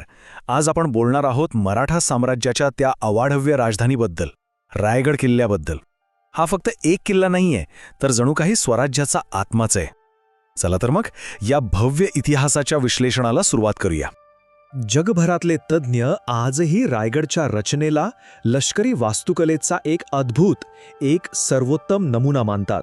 खरं तर त्याची रचना इतकी अचूक आणि सामरिक होती की आजही अभ्यासकांना ती अक्षरशः आश्चर्यचकित करते. त्या काळातल्या युरोपीय प्रवाशांनी आणि वकिलांनी या किल्ल्याला एक खास नाव दिलं होतं, पूर्वेकडील जिब्राल्टर. आता जिब्राल्टरचा किल्ला जसा अभेद्य मानला जातो तसाच रायगडही होता. या एकाच गोष्टीवरून त्याच्या सामरिक महत्त्वाचा आपल्याला अंदाज येतो. पण एक प्रश्न साहजिकच मनात येतो नाही का, की इतके सगळे किल्ले असताना महाराजांनी राजधानी म्हणून याच दुर्गम पोहोचायला इतक्या अवघड डोंगराची निवड का केली असेल? याचं उत्तर आहे ना, ते या किल्ल्याच्या प्रत्येक दगडात दडलेलं आहे. तर मग याच प्रश्नाचं उत्तर शोधायला सुरुवात करूया. ही निवड काही अचानक झालेली नव्हती. यामागे एक खूप मोठी, खूप खोल दूरदृष्टी होती. सुरुवातीला हा फक्त रायरी नावाचा एक डोंगर होता, जो 1656 मध्ये महाराजांच्या ताब्यात आला. आणि त्यानंतर पुढची तब्बल 14 वर्षे या डोंगराला एका राजधानीचं रूप देण्यासाठी अविश्वसनीय मेहनत घेण्यात आली. आणि मग 1674 मध्ये हा किल्ला स्वराज्याची अधिकृत राजधानी म्हणून ओळखला जाऊ लागला. आणि या स्लाइडबद्दल एक विशेष गोष्ट म्हणजे हे खुद्द महाराजांचेच शब्द आहेत. ऐतिहासिक नोंदींनुसार त्यांनी स्वतः या किल्ल्याची पाहणी केली आणि त्याच्या उंचीबद्दल, त्याच्या अभेद्यतेबद्दल समाधान व्यक्त केलं. त्यांना खात्री होती की सिंहासनासाठी, स्वराज्याच्या तख्तासाठी यापेक्षा सुरक्षित आणि योग्य जागा दुसरी कुठलीही असू शकत नाही. चला तर आता उत्तराच्या पहिल्या भागाकडे वळूया, म्हणजे या किल्ल्याची ती अविश्वसनीय संरक्षण क्षमता. तर मग रायगड जिंकणं जवळजवळ अशक्य का होतं? विचार करा, त्याची उंची आहे तब्बल 2700 फूट. 3 बाजूंनी तर नैसर्गिकरित्या तासलेले एकदम सरळ उभे कडे आहेत. आणि महादरवाजा, त्याची रचना तर अशी गोमुखी आहे, म्हणजे यू टर्न सारखी, की तो शत्रूला दुरून दिसायचाच नाही आणि त्यामुळे तोफेचा थेट मारा करणं शक्यच नव्हतं. एवढंच नाही, अचानक निसटून जायचं असेल तर त्यासाठी एक गुप्त वाघ दरवाजा सुद्धा होता. आणि सगळ्यात महत्त्वाचं, समुद्राजवळ असल्यामुळे आरमारावर नजर ठेवायला यापेक्षा उत्तम जागा असूच शकत नव्हती. आता लष्करी सामर्थ्यापासून पुढे जाऊन उत्तराच्या दुसऱ्या भागाकडे जाऊया. म्हणजे रायगड केवळ एक किल्ला नाही, तर एक पूर्णपणे स्वयंपूर्ण शहर म्हणून कसा उभारला गेला होता. हे काम किती मोठं होतं याचा अंदाज या एका आकड्यावरून येतो. मुख्य वास्तुविशारद हिरोजी इंदुलकरांच्या देखरेखीखाली या किल्ल्याच्या बांधकामासाठी तब्बल 14 वर्षांचा मोठा कालावधी लागला. आणि या पठारावर 1-2 नाही तर चक्क 350हून अधिक इमारती बांधण्यात आल्या होत्या. म्हणजे हा फक्त एक लष्करी तळ नव्हता, तर एक संपूर्ण व्यवस्थित नियोजन केलेलं शहर होतं. आणि पाण्याची व्यवस्था, अहो ती तर अप्रतिम होती. पावसाचा प्रत्येक थेंब साठवण्यासाठी 84 टाक्या आणि जलाशयांची एक अशी काही उत्कृष्ट प्रणाली तयार केली होती की कितीही मोठा वेढा पडला तरी पाण्याची चिंताच नव्हती. महत्वाचा मुद्दा हाच आहे की रायगड फक्त एक किल्ला नव्हता. तिथे एक मोठीच्या मोठी बाजारपेठ होती, राजवाडे होते, प्रशासकीय कामासाठीच्या इमारती होत्या आणि आश्चर्याची गोष्ट म्हणजे अगदी प्रगत सांडपाणी निचरा प्रणाली सुद्धा होती. खरं तर हे एका संपूर्ण राजधानीचं आदर्श मॉडेल होतं. ही एक गोष्ट महाराजांच्या दूरदृष्टीचं उत्तम उदाहरण आहे. विचार करा, राज्याभिषेकाला हत्ती लागतील हे त्यांना माहीत होतं, म्हणून त्याची पिल्लं अनेक वर्षांपूर्वीच गडावर आणून वाढवण्यात आली. यावरून त्यांच्या दीर्घकालीन नियोजनाची कल्पना येते. आणि आता आपण त्या क्षणाकडे आलो आहोत ज्या एका घटनेने रायगडला खऱ्या अर्थाने मराठा साम्राज्याच्या हृदयाचं स्थान दिलं. तो म्हणजे राज्याभिषेक सोहळा. हा जो स्रोत आपण पाहतोय तो त्या ऐतिहासिक क्षणाची माहिती देणारा एक उत्तम पुरावा आहे. यात त्या सोहळ्यातील महत्त्वाचे तपशील अगदी स्पष्टपणे नोंदवलेले दिसतात. 6 जून 1674 हा तो दिवस ज्या दिवशी हा भव्य सोहळा पार पडला. पौरोहित्यासाठी खास वाराणसीहून गागाभट्टांना बोलवण्यात आलं होतं. 7 पवित्र नद्यांचं पाणी आणलं गेलं होतं आणि उपस्थितीत जवळपास 50,000 लोक, ज्यात ब्रिटिश दूत हेनरी ऑक्सिंडेन यांचाही समावेश होता. या सोहळ्याचा मुख्य उद्देश एकच होता, स्वराज्य हे एक सार्वभौम राज्य म्हणून जगासमोर स्थापित करणं. चला आता पुढे जाऊन पाहूया की या किल्ल्याचा गौरवशाली भूतकाळ त्याच्या वर्तमानाशी कसा जोडलेला आहे आणि त्याचं महत्त्व आजही तितकंच कसं टिकून आहे. आज आपल्याला गडावर जायचे 2 मार्ग मिळतात. एक आहे 1737 पायऱ्यांची ती ऐतिहासिक वाट, जी आपल्याला त्या काळाची, त्या कष्टांची आठवण करून देते. आणि दुसरा आहे आधुनिक रोपवे, जो फक्त 4 मिनिटात आपल्याला वर पोचवतो. हे जणू काही या किल्ल्याच्या ऐतिहासिक वारशाचं आणि आधुनिक सुलभतेचे एक सुंदर मिश्रणच आहे. हा किल्ला फक्त राजकीय घडामोडींचं केंद्र नव्हता. हिरकणीसारख्या एका सामान्य आईच्या शौर्याची कथा हिरकणी बुरुजच्या रूपाने आजही इथे जिवंत आहे. यावरूनच या किल्ल्याचं आपल्या संस्कृतीत किती खोलवर स्थान आहे हे स्पष्ट होतं. आणि आता जाता जाता एक विचार करायला लावणारा प्रश्न. असं म्हणतात की जर रायगडला त्याच्या मूळ पूर्वीच्या वैभवात पुन्हा उभं केलं गेलं तर त्याची ती वास्तुकला, ते ऐतिहासिक वैभव बघता तो जगातलं 8वं आश्चर्य म्हणून ओळखला जाऊ शकेल का? काय वाटतं? नक्कीच विचार करण्यासारखी गोष्ट आहे ही.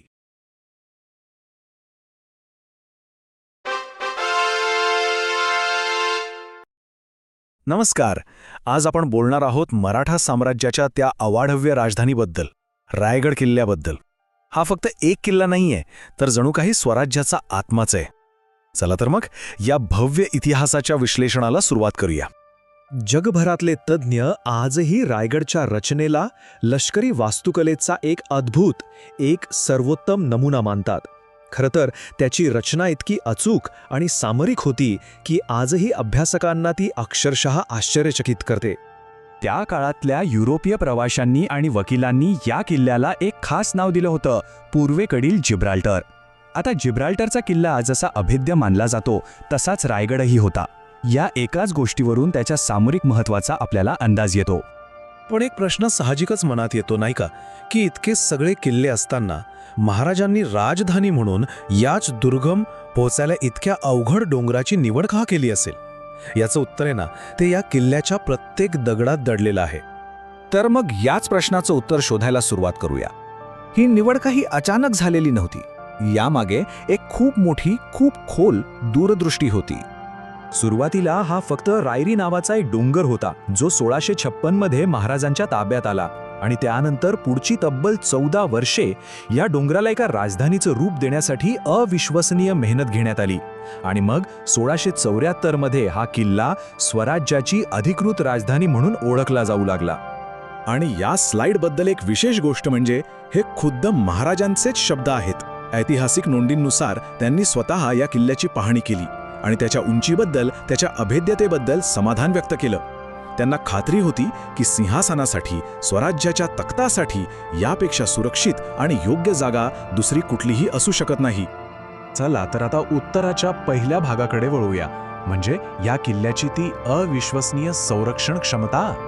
तर मग रायगड जिंकणं जवळजवळ अशक्य का होतं? विचार करा, त्याची उंची आहे तब्बल 2700 फूट. 3 बाजूंनी तर नैसर्गिकरित्या तासलेले एकदम सरळ उभे कडे आहेत. आणि महादरवाजा, त्याची रचना तर अशी गोमुखी आहे, म्हणजे यू टर्न सारखी, की तो शत्रूला दुरून दिसायचाच नाही. आणि त्यामुळे तोफेचा थेट मारा करणं शक्यच नव्हतं. एवढंच नाही, अचानक निसटून जायचं असेल तर त्यासाठी एक गुप्त वाघ दरवाजा सुद्धा होता. आणि सगळ्यात महत्त्वाचं, समुद्राजवळ असल्यामुळे आरमारावर नजर ठेवायला यापेक्षा उत्तम जागा असूच शकत नव्हती. आता लष्करी सामर्थ्यापासून पुढे जाऊन उत्तराच्या दुसऱ्या भागाकडे जाऊया.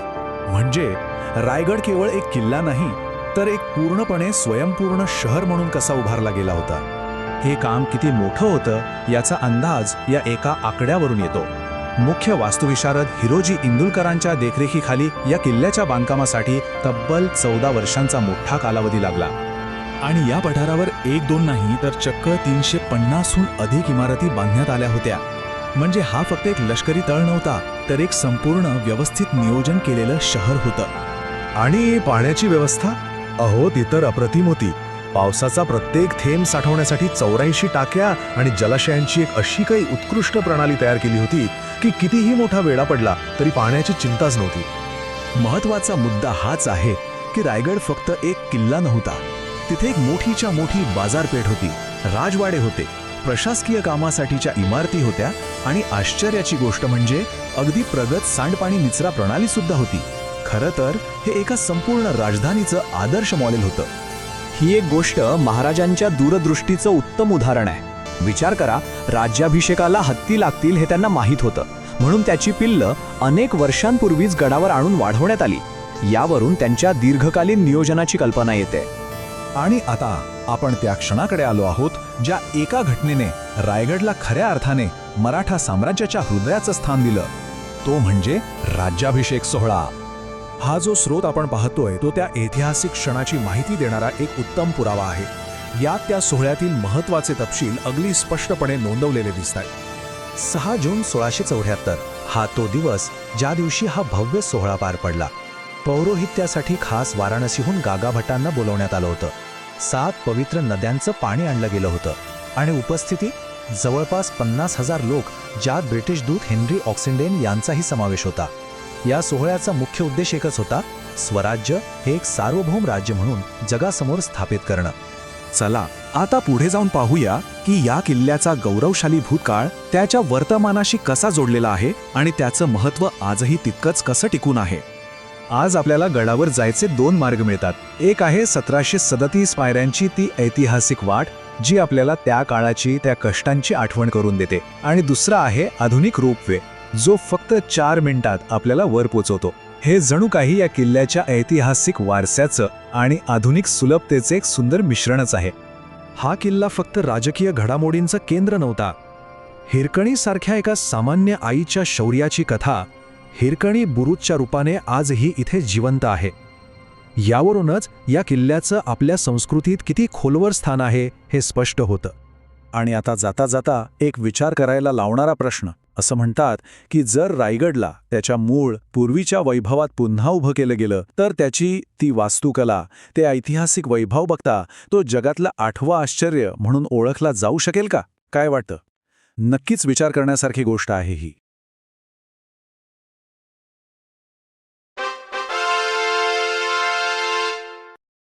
नमस्कार.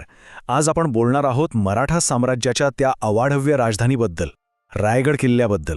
हा फक्त एक किल्ला नाहीये, तर जणू काही स्वराज्याचा आत्माच आहे. चला तर मग या भव्य इतिहासाच्या विश्लेषणाला सुरुवात करूया. जगभरातले तज्ज्ञ आजही रायगडच्या रचनेला लष्करी वास्तुकलेचा एक अद्भुत, एक सर्वोत्तम नमुना मानतात. खरं तर त्याची रचना इतकी अचूक आणि सामरिक होती की आजही अभ्यासकांना ती अक्षरशः आश्चर्यचकित करते. त्या काळातल्या युरोपीय प्रवाशांनी आणि वकिलांनी या किल्ल्याला एक खास नाव दिलं होतं, पूर्वेकडील जिब्राल्टर. आता जिब्राल्टरचा किल्ला जसा अभेद्य मानला जातो तसाच रायगडही होता. या एकाच गोष्टीवरून त्याच्या सामरिक महत्त्वाचा आपल्याला अंदाज येतो. पण एक प्रश्न साहजिकच मनात येतो नाही का, की इतके सगळे किल्ले असताना महाराजांनी राजधानी म्हणून याच दुर्गम पोहोचायला इतक्या अवघड डोंगराची निवड का केली असेल? याचं उत्तर आहे ना, ते या किल्ल्याच्या प्रत्येक दगडात दडलेलं आहे. तर मग याच प्रश्नाचं उत्तर शोधायला सुरुवात करूया. ही निवड काही अचानक झालेली नव्हती. यामागे एक खूप मोठी, खूप खोल दूरदृष्टी होती. सुरुवातीला हा फक्त रायरी नावाचा एक डोंगर होता, जो 1656 मध्ये महाराजांच्या ताब्यात आला. आणि त्यानंतर पुढची तब्बल 14 वर्षे या डोंगराला एका राजधानीचं रूप देण्यासाठी अविश्वसनीय मेहनत घेण्यात आली. आणि मग 1674 मध्ये हा किल्ला स्वराज्याची अधिकृत राजधानी म्हणून ओळखला जाऊ लागला. आणि या स्लाइडबद्दल एक विशेष गोष्ट म्हणजे हे खुद्द महाराजांचेच शब्द आहेत. ऐतिहासिक नोंदींनुसार त्यांनी स्वतः या किल्ल्याची पाहणी केली आणि त्याच्या उंचीबद्दल, त्याच्या अभेद्यतेबद्दल समाधान व्यक्त केलं. त्यांना खात्री होती की सिंहासनासाठी, स्वराज्याच्या तख्तासाठी यापेक्षा सुरक्षित आणि योग्य जागा दुसरी कुठलीही असू शकत नाही. चला तर आता उत्तराच्या पहिल्या भागाकडे वळूया, म्हणजे या किल्ल्याची ती अविश्वसनीय संरक्षण क्षमता. तर मग रायगड जिंकणं जवळजवळ अशक्य का होतं? विचार करा. त्याची उंची आहे तब्बल 2700 फूट. 3 बाजूंनी तर नैसर्गिकरित्या तासलेले एकदम सरळ उभे कडे आहेत. आणि महादरवाजा, त्याची रचना तर अशी गोमुखी आहे, म्हणजे यू टर्न सारखी, की तो शत्रूला दुरून दिसायचाच नाही. आणि त्यामुळे तोफेचा थेट मारा करणं शक्यच नव्हतं. एवढंच नाही, अचानक निसटून जायचं असेल तर त्यासाठी एक गुप्त वाघ दरवाजा सुद्धा होता. आणि सगळ्यात महत्त्वाचं, समुद्राजवळ असल्यामुळे आरमारावर नजर ठेवायला यापेक्षा उत्तम जागा असूच शकत नव्हती. आता लष्करी सामर्थ्यापासून पुढे जाऊन उत्तराच्या दुसऱ्या भागाकडे जाऊया. म्हणजे रायगड केवळ एक किल्ला नाही, तर एक पूर्णपणे स्वयंपूर्ण शहर म्हणून कसा उभारला गेला होता. हे काम किती मोठं होतं याचा अंदाज या एका आकड्यावरून येतो. मुख्य वास्तुविशारद हिरोजी इंदुलकरांच्या देखरेखीखाली या किल्ल्याच्या बांधकामासाठी तब्बल 14 वर्षांचा मोठा कालावधी लागला. आणि या पठारावर 1-2 नाही तर चक्क 350हून अधिक इमारती बांधण्यात आल्या होत्या. म्हणजे हा फक्त एक लष्करी तळ नव्हता, तर एक संपूर्ण व्यवस्थित नियोजन केलेलं शहर होतं. आणि पाण्याची व्यवस्था, अहो ती तर अप्रतिम होती. पावसाचा प्रत्येक थेंब साठवण्यासाठी 84 टाक्या आणि जलाशयांची एक अशी काही उत्कृष्ट प्रणाली तयार केली होती की कितीही मोठा वेढा पडला तरी पाण्याची चिंताच नव्हती. महत्त्वाचा मुद्दा हाच आहे की रायगड फक्त एक किल्ला नव्हता. तिथे एक मोठीच्या मोठी बाजारपेठ होती, राजवाडे होते, प्रशासकीय कामासाठीच्या इमारती होत्या आणि आश्चर्याची गोष्ट म्हणजे अगदी प्रगत सांडपाणी निचरा प्रणाली सुद्धा होती. खरं तर हे एका संपूर्ण राजधानीचं आदर्श मॉडेल होतं. ही एक गोष्ट महाराजांच्या दूरदृष्टीचं उत्तम उदाहरण आहे. विचार करा, राज्याभिषेकाला हत्ती लागतील हे त्यांना माहीत होतं, म्हणून त्याची पिल्लं अनेक वर्षांपूर्वीच गडावर आणून वाढवण्यात आली. यावरून त्यांच्या दीर्घकालीन नियोजनाची कल्पना येते. आणि आता आपण त्या क्षणाकडे आलो आहोत ज्या एका घटनेने रायगडला खऱ्या अर्थाने मराठा साम्राज्याच्या हृदयाचं स्थान दिलं. तो म्हणजे राज्याभिषेक सोहळा. हा जो स्रोत आपण पाहतोय तो त्या ऐतिहासिक क्षणाची माहिती देणारा एक उत्तम पुरावा आहे. यात त्या सोहळ्यातील महत्त्वाचे तपशील अगदी स्पष्टपणे नोंदवलेले दिसतात. 6 जून 1674 हा तो दिवस ज्या दिवशी हा भव्य सोहळा पार पडला. पौरोहित्यासाठी खास वाराणसीहून गागाभट्टांना बोलवण्यात आलं होतं. 7 पवित्र नद्यांचं पाणी आणलं गेलं होतं आणि उपस्थितीत जवळपास 50,000 लोक, ज्यात ब्रिटिश दूत हेनरी ऑक्सिंडेन यांचाही समावेश होता. या सोहळ्याचा मुख्य उद्देश एकच होता: स्वराज्य हे एक सार्वभौम राज्य म्हणून जगासमोर स्थापित करणं. चला आता पुढे जाऊन पाहूया की या किल्ल्याचा गौरवशाली भूतकाळ त्याच्या वर्तमानाशी कसा जोडलेला आहे आणि त्याचं महत्त्व आजही तितकंच कसं टिकून आहे. आज आपल्याला गडावर जायचे 2 मार्ग मिळतात. एक आहे 1737 पायऱ्यांची ती ऐतिहासिक वाट, जी आपल्याला त्या काळाची, त्या कष्टांची आठवण करून देते, आणि दुसरा आहे आधुनिक रोपवे, जो फक्त 4 मिनिटात आपल्याला वर पोचवतो. हे जणू काही या किल्ल्याच्या ऐतिहासिक वारशाचं आणि आधुनिक सुलभतेचे एक सुंदर मिश्रणच आहे. हा किल्ला फक्त राजकीय घडामोडींचं केंद्र नव्हता. हिरकणीसारख्या एका सामान्य आईच्या शौर्याची कथा हिरकणी बुरुजच्या रूपाने आजही इथे जिवंत आहे. यावरूनच या किल्ल्याचं आपल्या संस्कृतीत किती खोलवर स्थान आहे हे स्पष्ट होतं. आणि आता जाता जाता एक विचार करायला लावणारा प्रश्न. असं म्हणतात की जर रायगडला त्याच्या मूळ पूर्वीच्या वैभवात पुन्हा उभं केलं गेलं तर त्याची ती वास्तुकला, ते ऐतिहासिक वैभव बघता तो जगातलं 8वं आश्चर्य म्हणून ओळखला जाऊ शकेल का? काय वाटतं? नक्कीच विचार करण्यासारखी गोष्ट आहे ही.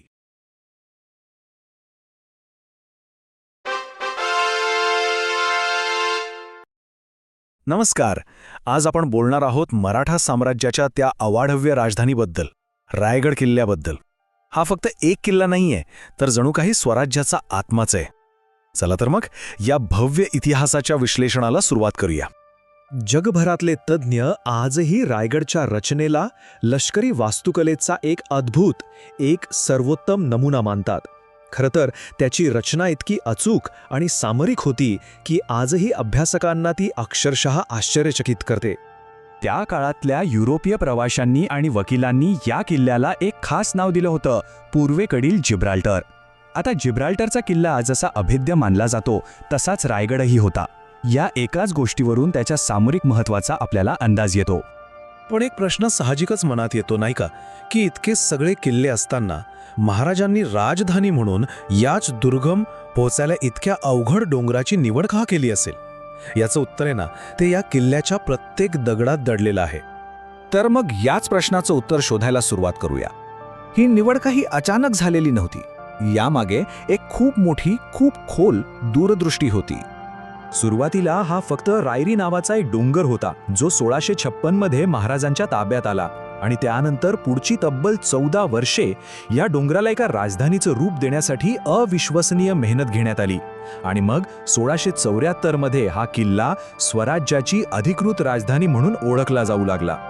आणि या स्लाइडबद्दल एक विशेष गोष्ट म्हणजे हे खुद्द महाराजांचेच शब्द आहेत. ऐतिहासिक नोंदींनुसार त्यांनी स्वतः या किल्ल्याची पाहणी केली आणि त्याच्या उंचीबद्दल, त्याच्या अभेद्यतेबद्दल समाधान व्यक्त केलं.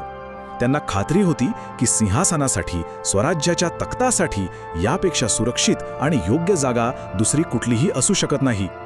चला तर आता उत्तराच्या पहिल्या भागाकडे वळूया, म्हणजे या किल्ल्याची ती अविश्वसनीय संरक्षण क्षमता. तर मग रायगड जिंकणं जवळजवळ अशक्य का होतं? विचार करा. त्याची उंची आहे तब्बल 2700 फूट. 3 बाजूंनी तर नैसर्गिकरित्या तासलेले एकदम सरळ उभे कडे आहेत. आणि महादरवाजा, त्याची रचना तर अशी गोमुखी आहे, म्हणजे यू टर्न सारखी, की तो शत्रूला दुरून दिसायचाच नाही, आणि त्यामुळे तोफेचा थेट मारा करणं शक्यच नव्हतं. एवढंच नाही, अचानक निसटून जायचं असेल तर त्यासाठी एक गुप्त वाघ दरवाजा सुद्धा होता. आणि सगळ्यात महत्त्वाचं, समुद्राजवळ असल्यामुळे आरमारावर नजर ठेवायला यापेक्षा उत्तम जागा असूच शकत नव्हती. आता लष्करी सामर्थ्यापासून पुढे जाऊन उत्तराच्या दुसऱ्या भागाकडे जाऊया. म्हणजे रायगड केवळ एक किल्ला नाही, तर एक पूर्णपणे स्वयंपूर्ण शहर म्हणून कसा उभारला गेला होता. हे काम किती मोठं होतं याचा अंदाज या एका आकड्यावरून येतो. मुख्य वास्तुविशारद हिरोजी इंदुलकरांच्या देखरेखीखाली या किल्ल्याच्या बांधकामासाठी तब्बल 14 वर्षांचा मोठा कालावधी लागला. आणि या पठारावर 1-2 नाही तर चक्क 350हून अधिक इमारती बांधण्यात आल्या होत्या. म्हणजे हा फक्त एक लष्करी तळ नव्हता, तर एक संपूर्ण व्यवस्थित नियोजन केलेलं शहर होतं. आणि पाण्याची व्यवस्था, अहो ती तर अप्रतिम होती. पावसाचा प्रत्येक थेंब साठवण्यासाठी 84 टाक्या आणि जलाशयांची एक अशी काही उत्कृष्ट प्रणाली तयार केली होती की कितीही मोठा वेढा पडला तरी पाण्याची चिंताच नव्हती. महत्वाचा मुद्दा हाच आहे की रायगड फक्त एक किल्ला नव्हता.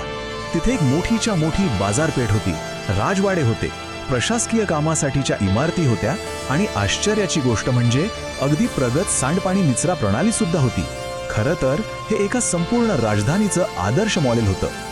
ही एक गोष्ट महाराजांच्या दूरदृष्टीचं उत्तम उदाहरण आहे. विचार करा, राज्याभिषेकाला हत्ती लागतील हे त्यांना माहीत होतं, म्हणून त्याची पिल्लं अनेक वर्षांपूर्वीच गडावर आणून वाढवण्यात आली.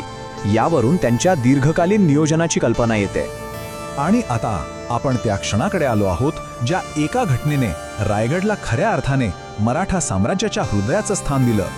तो म्हणजे राज्याभिषेक सोहळा. हा जो स्रोत आपण पाहतोय तो त्या ऐतिहासिक क्षणाची माहिती देणारा एक उत्तम पुरावा आहे. यात त्या सोहळ्यातील महत्त्वाचे तपशील अगदी स्पष्टपणे नोंदवलेले दिसतात. 6 जून 1674 हा तो दिवस ज्या दिवशी हा भव्य सोहळा पार पडला. पौरोहित्यासाठी खास वाराणसीहून गागाभट्टांना बोलवण्यात आलं होतं. 7 पवित्र नद्यांचं पाणी आणलं गेलं होतं आणि उपस्थितीत जवळपास 50,000 लोक, ज्यात ब्रिटिश दूत हेनरी ऑक्सिंडेन यांचाही समावेश होता. या सोहळ्याचा मुख्य उद्देश एकच होता, स्वराज्य हे एक सार्वभौम राज्य म्हणून जगासमोर स्थापित करणं. चला आता पुढे जाऊन पाहूया की या किल्ल्याचा गौरवशाली भूतकाळ त्याच्या वर्तमानाशी कसा जोडलेला आहे आणि त्याचं महत्त्व आजही तितकंच कसं टिकून आहे. आज आपल्याला गडावर जायचे 2 मार्ग मिळतात. एक आहे 1737 पायऱ्यांची ती ऐतिहासिक वाट, जी आपल्याला त्या काळाची, त्या कष्टांची आठवण करून देते, आणि दुसरा आहे आधुनिक रोपवे, जो फक्त 4 मिनिटात आपल्याला वर पोचवतो. हे जणू काही या किल्ल्याच्या ऐतिहासिक वारशाचं आणि आधुनिक सुलभतेचे एक सुंदर मिश्रणच आहे. हा किल्ला फक्त राजकीय घडामोडींचं केंद्र नव्हता. हिरकणीसारख्या एका सामान्य आईच्या शौर्याची कथा हिरकणी बुरुजच्या रूपाने आजही इथे जिवंत आहे. यावरूनच या किल्ल्याचं आपल्या संस्कृतीत किती खोलवर स्थान आहे हे स्पष्ट होतं. आणि आता जाता जाता एक विचार करायला लावणारा प्रश्न. असं म्हणतात की जर रायगडला त्याच्या मूळ पूर्वीच्या वैभवात पुन्हा उभं केलं गेलं तर त्याची ती वास्तुकला, ते ऐतिहासिक वैभव बघता तो जगातलं 8वं आश्चर्य म्हणून ओळखला जाऊ शकेल का? काय वाटतं? नक्कीच विचार करण्यासारखी गोष्ट आहे ही.